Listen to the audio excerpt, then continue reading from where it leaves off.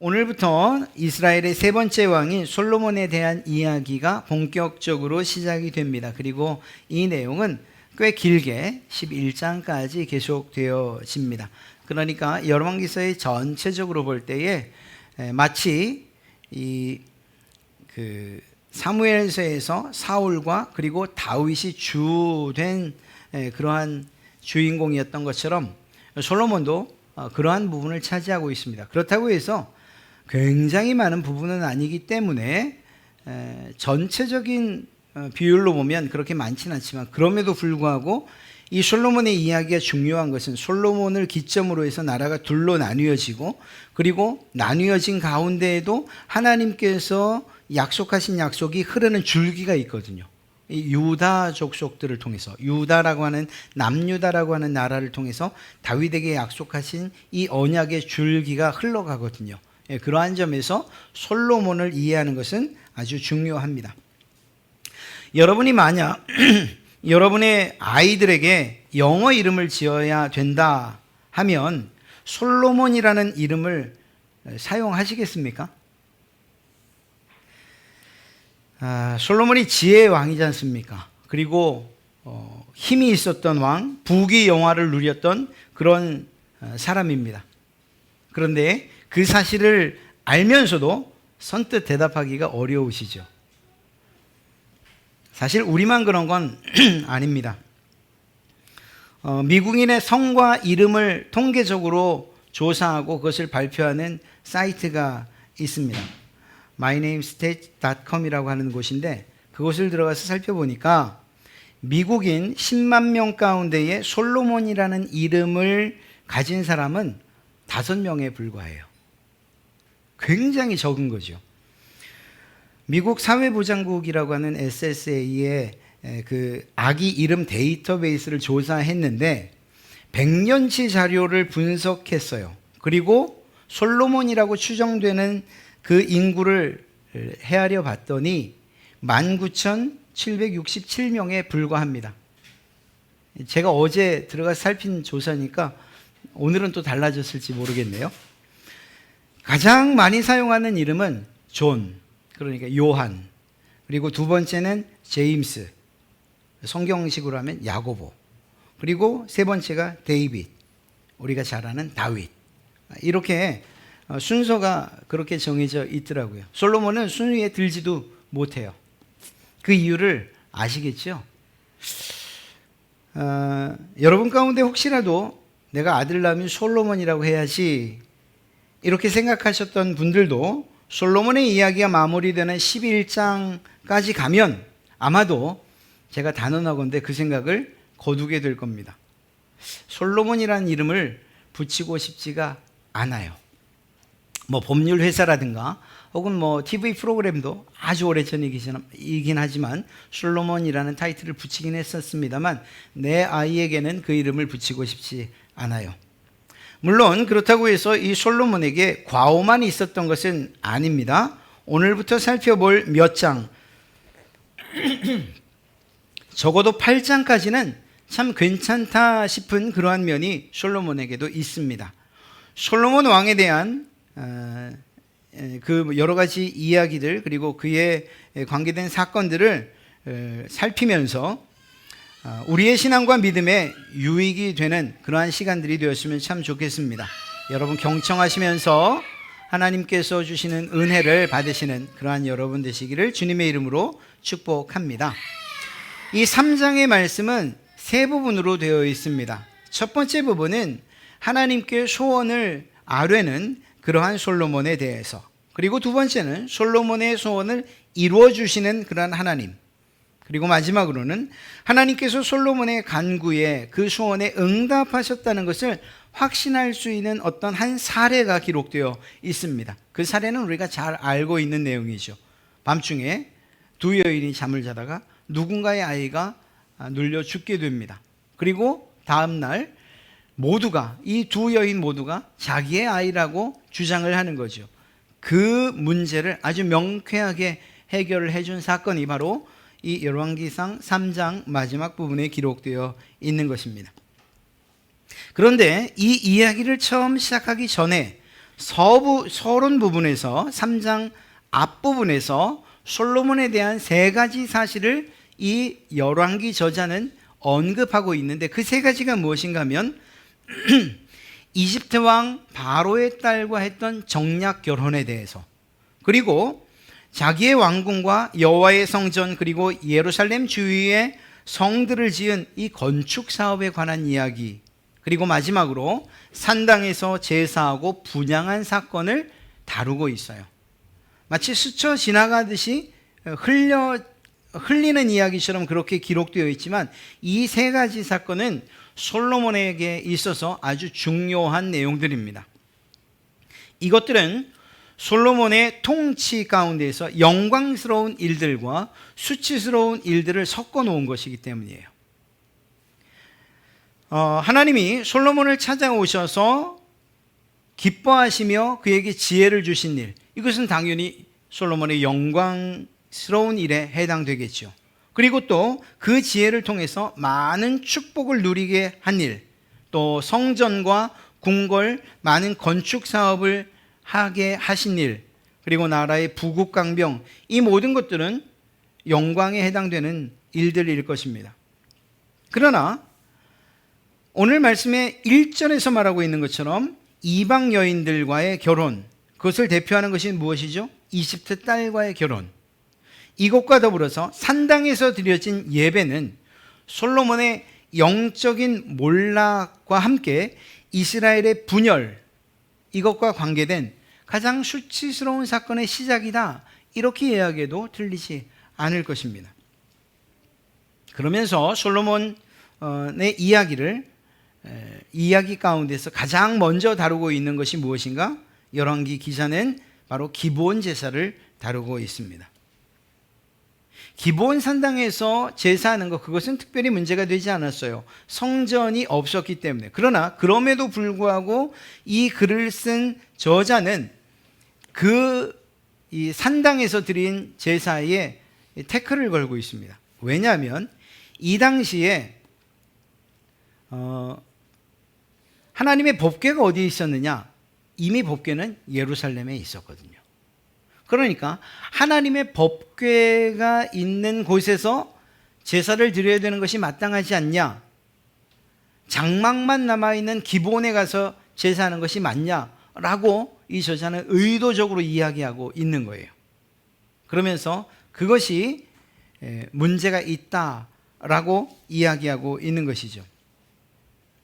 아닌 게 아니라 그 내용을 어떻게 기록하고 있는가? 3절을 보면 솔로몬이 여호와를 사랑하고 그의 아버지 다윗의 법도를 행하였으나, 행했습니다. 그러나, 그렇죠. 매우 부정적이죠. 산당에서 제사하며 분향하더라 라고 기록하고 있습니다. 저자의 의도를 확실히 알 수 있는 그러한 문장입니다. 어찌되었거나 이 제사를 마친 후에 하나님께서 솔로몬에게 나타나십니다. 어떤 사람들은 하나님께서 직접 나타나신 것을 볼 때에 산당 제사가 별 문제가 없는 것 아닌가, 이렇게 주장을 합니다. 그러나 또 오히려 어떤 사람들은 완전히 반대로 생각을 하지요. 솔로몬이 지금까지 한 일을 보십시오. 온전히 하나님을 따르지 않고 있음이 확실한데 그럼에도 불구하고 하나님께서 그를 찾아오셨다는 이것은 하나님께서 솔로몬의 신실하지 못함, 부족함, 이런 것과는 상관없이 일방적으로 은혜와 은총을 베푸신 것 아닙니까? 이렇게 이야기하고 또 주장합니다. 그리고 이렇게 은혜를 베푸신 근거가 무엇이냐? 솔로몬이 잘나서가 아니고 하나님께서 그의 아버지 다윗과 함께 맺은 언약, 그 약속 때문에 하나님께서 은혜를 베푸신 것이다, 이렇게 이야기하고 있는 것입니다. 솔로몬보다는 다윗과의 언약을 지키신 하나님의 신실함을 말하고 있는 것이죠. 기브온 산당에서의 제사가 끝난 다음에 하나님은 솔로몬에게 소원을 말해 보라고 이야기하십니다. 모두 들어주시겠다는 겁니다. 솔로몬은 서슴지 않고 대답합니다. 저는 아버지 다윗처럼 훌륭하거나 능력 있는 사람이 못 됩니다. 그러니 하나님이 저에게 맡기신 이 백성들을 잘 통치할 수 있는 지혜를 주십시오. 얼마나 멋진 대답인지 알 수가 없어요. 여러분들도 왕으로서 정말 구할 것을 구하는구나 이런 생각 드시죠? 하나님도 마땅히 그러한 생각을 하십니다. 그래서 그에게 모든 것들을 선물로 덤으로 주시지요. 그런데 이 이야기를 하면서 솔로몬이 이 근거로 드는 것이 무엇입니까? 하나님의 은혜와 다윗의 진실, 공의, 정직한 마음을 언급하고 있습니다. 다시 말하면 솔로몬 역시 하나님의 응답의 이 조건 안에 아버지 다윗 언약을 포함시키고 있다는 것을 스스로 인정하는 것이죠. 자신이 주의 백성을 통치하기에는 지혜와 경험이 부족하다는 것을 솔로몬 자신이 누구보다 잘 알았던 것입니다. 자, 다시 말하면 아버지 다윗이 맺은 하나님과의 이 언약이 지속되려면 하나님도 말씀하셨던 것처럼 솔로몬 자신 역시 아버지처럼 하나님 앞에 신실해야 한다는 것을 솔로몬이 이미 알고 있었다는 거예요. 단순하게 무식하게 말씀하시라고 하니까 제가 이야기하겠습니다. 지혜를 주십시오. 이렇게 말한 것이 아니고 나는 부족하고 나는 연약하고 그리고 하나님이 내게 약속하신 그리고 아버지 다윗에게 약속하신 이 약속이 유지되려면 내가 하나님 앞에 아버지처럼 살아야 된다는 사실을 저도 알고 있습니다. 라고 말하고 있다는 거죠.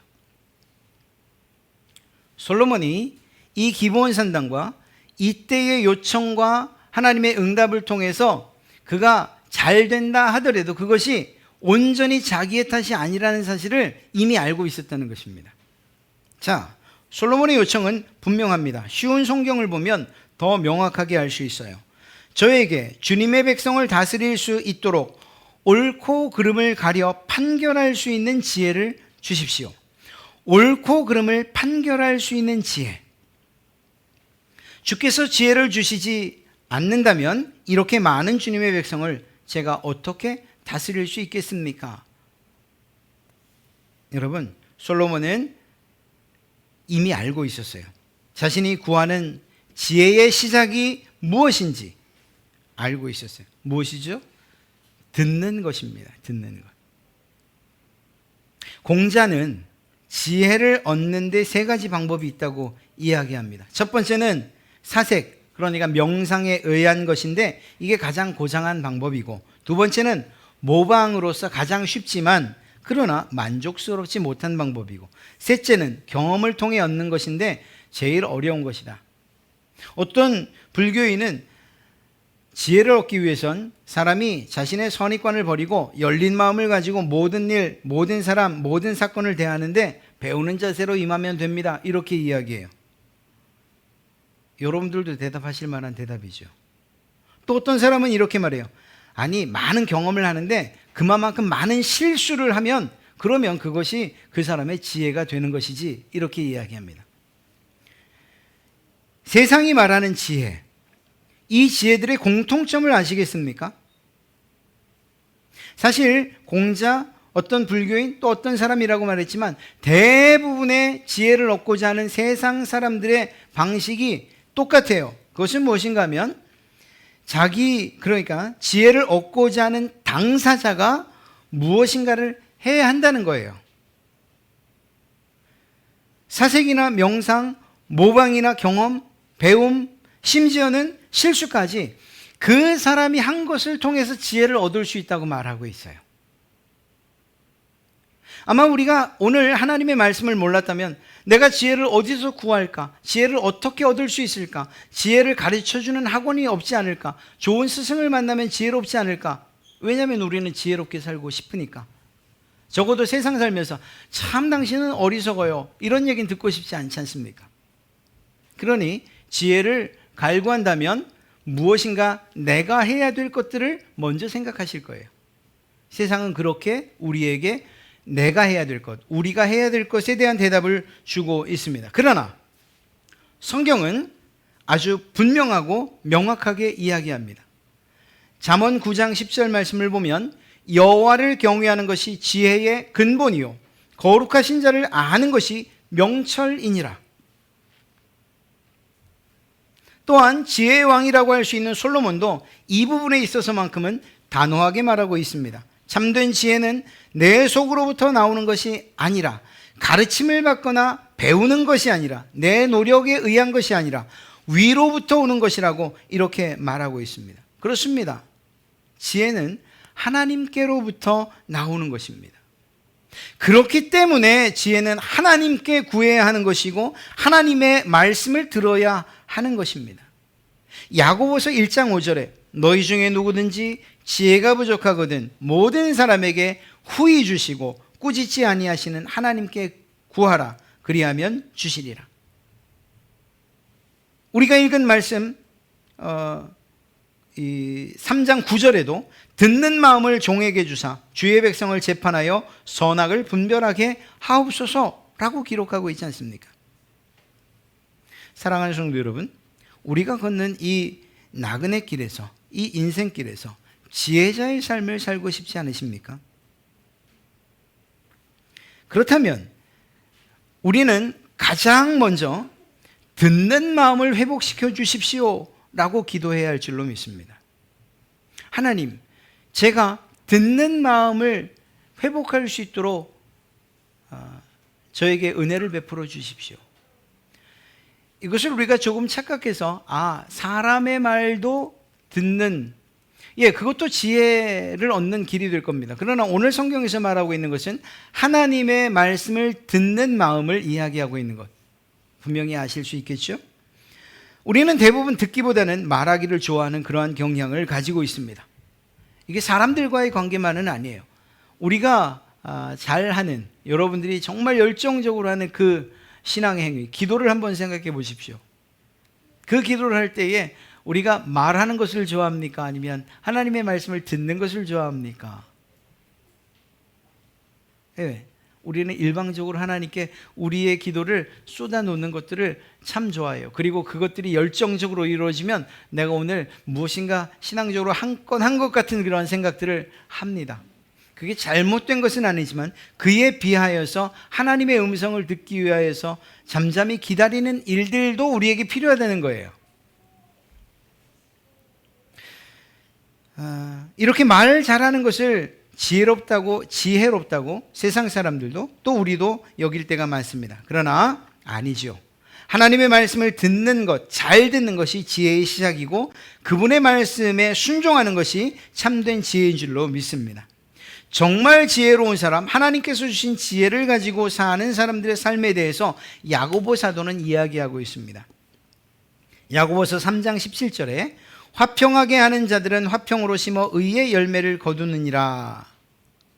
그리고 그 이후에 이 야고보 사도는 하늘의 지혜를 받은 사람들의 삶에 대해서 이야기하는데 순결하고 평화스럽고 친절하고 온유하고 자비와 선한 열매가 풍성하고 평경과 위선이 없는 것, 이것이 하늘의 지혜를 받은 사람들의 삶입니다 라고 말하고 있어요.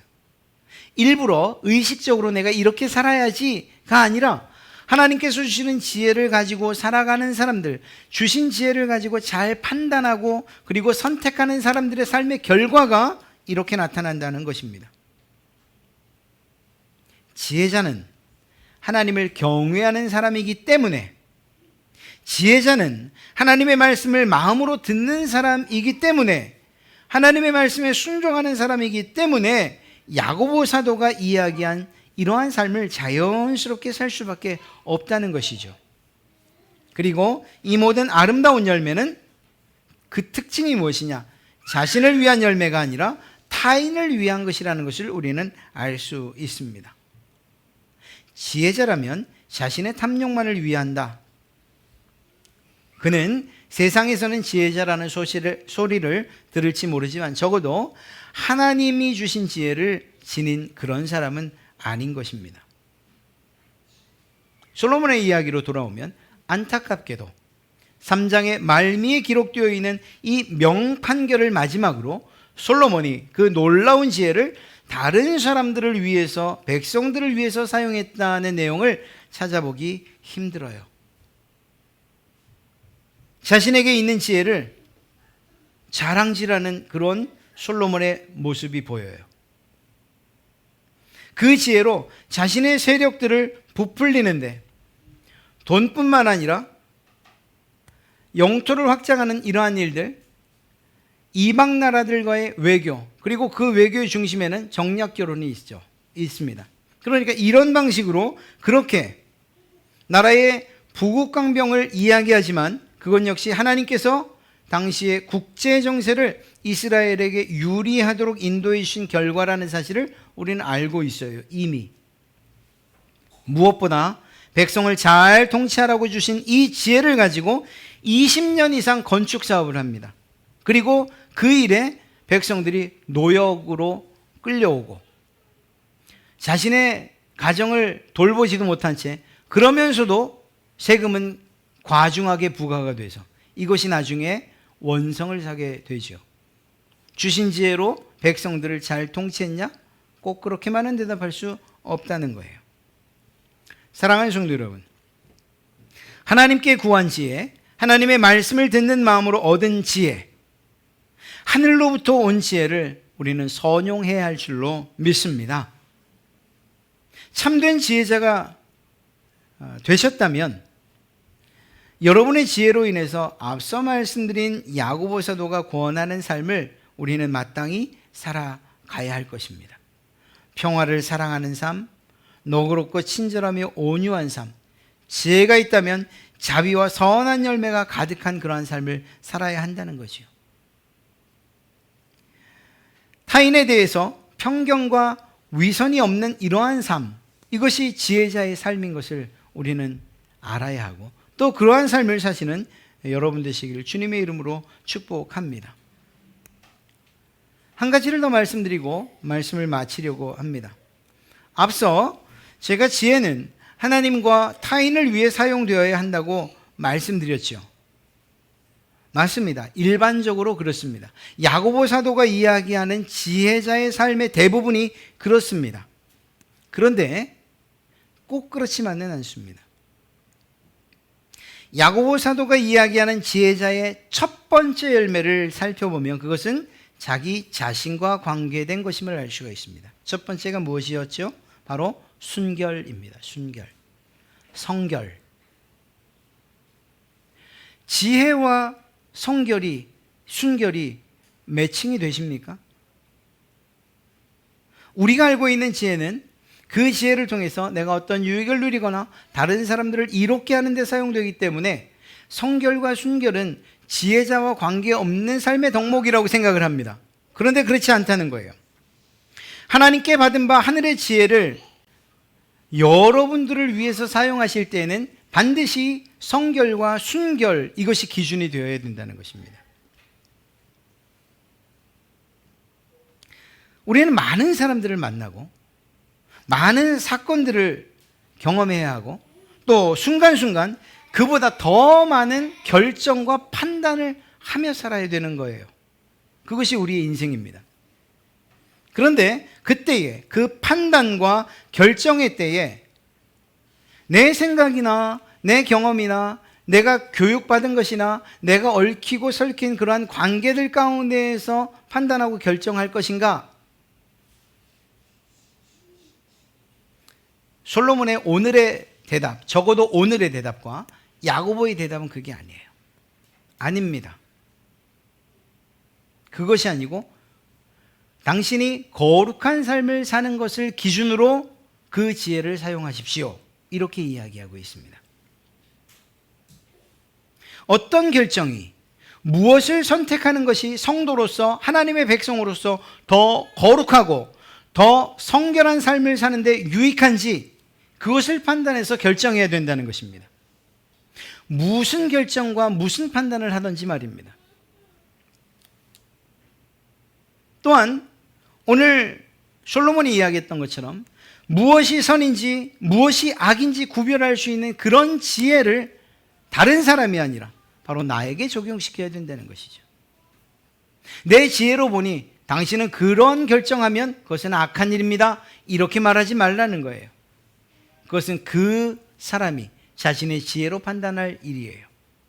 우리는 그 지혜를 내게 적용시켜서 내가 지금 하는 이 말이, 내가 지금 하는 이 결정이 내가 선택하는 이 선택이 선한가 악한가, 하나님께서 기뻐하시는가 기뻐하지 아니하시는가, 이러한 것들을 결정짓는 데에 하나님이 주신 지혜를 사용해야 한다는 것입니다. 어떤 결정이 사람보다, 심지어는 나보다 하나님을 기쁘시게 하는 것인지 판단할 수 있는 그러한 지혜여야 한다는 것을 이야기하고 있는 것이죠. 여러분, 솔로몬이 자신에게 주어진 지혜를 잘못 사용한 부분이 바로 이 부분 아닙니까? 솔로몬은 자신의 성결과 순결, 하나님 앞에서의 거룩을 지키는데 지혜를 사용하지 않았어요. 다른 사람들을 유익하게 했다 손치더라도 적어도 자기의 성결을 위해서는 이 지혜를 사용하지 않았어요.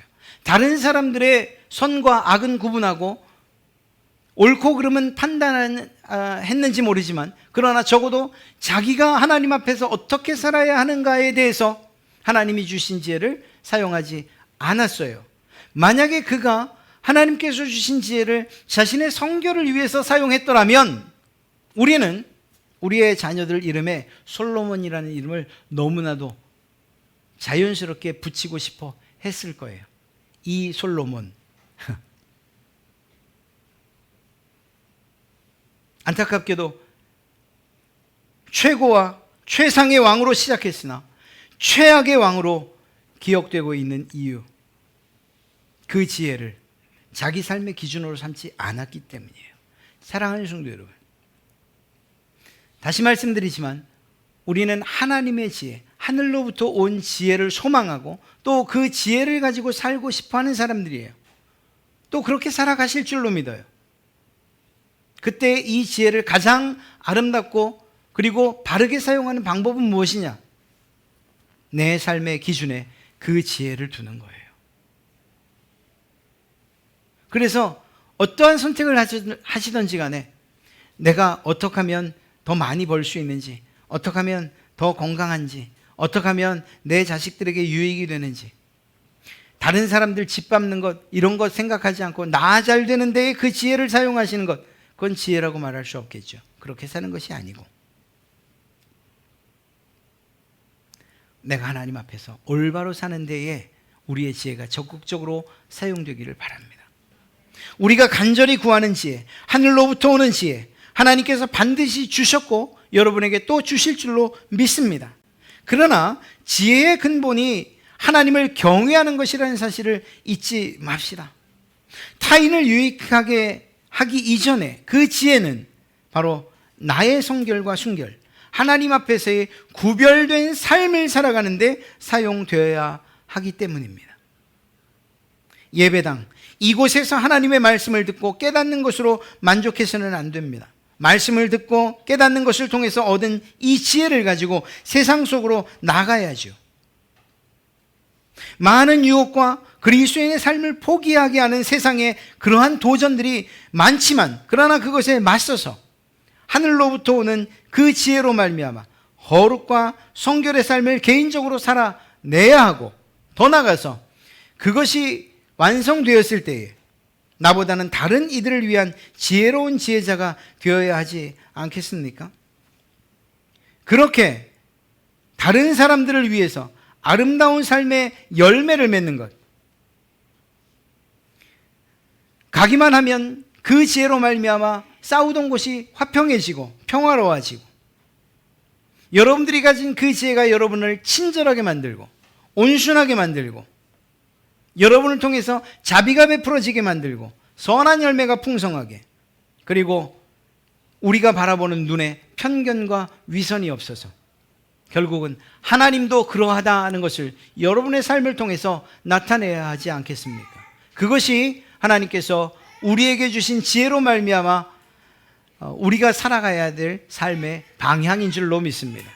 다음 한 주간도 하나님이 주시는 이러한 지혜로 말미암아 우리 개인은, 여러분 각자는 성결과 거룩의 삶을 살아가고 또 그 주신 지혜로 타인들을 이롭게 하고 유익이 되게 하고, 그리고 무엇보다 교회에 덕을 세우시는 그러한 여러분들의 삶이 되시기를 주님의 이름으로 축복합니다.